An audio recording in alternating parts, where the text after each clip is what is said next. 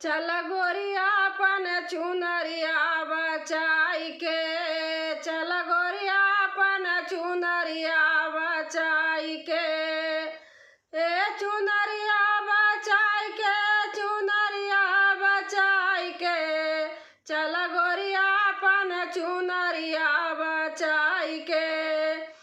एही चुनरी के रंग बड़ा साचा हो, एही चुनरी के रंग बड़ा साचा हो, रंग बड़ा साचा हो, रंग बड़ा साचा। अरे छूट जाई है दगवा ना चढ़िए दोहराई के, छूट जाई है दगवा ना चढ़िए दोहराई के।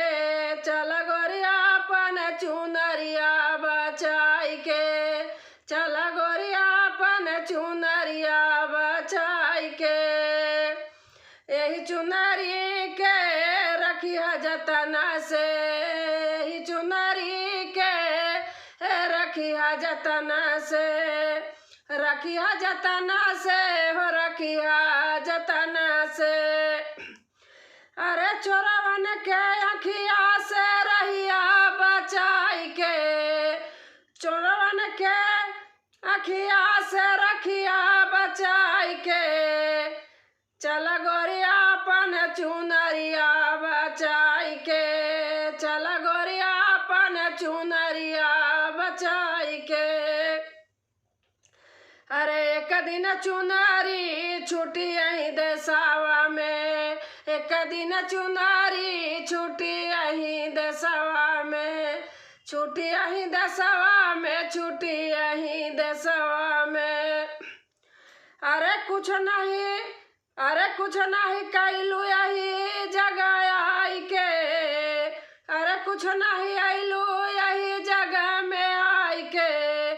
चल गोरिया अपन चुनरिया बचाई के, चल गोरिया अपन चुनरिया बचाई के, चुनरिया बचाई के, चुनरिया बचाई के। चल गोरिया अपन चुनरिया बचाई के। कहत कबीर सुन भाई साधो, कहत कबीर सुन भाई साधो।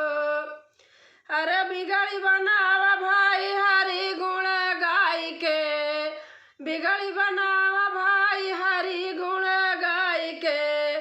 चल गोरिया अपन चुनरिया बचाई के, चल गोरिया अपन चुनरिया बचाई के, चुनरिया बचाई के, चुनरिया बचाई के।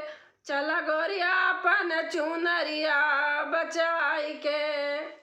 दोस्तों, बहुत मार्मिक निर्गुण भजन है और आप इस निर्गुण को सोचेंगे समझेंगे तो इस निर्गुण के अंदर बहुत चीज़ है जो आपको सोचने को मिलेगी।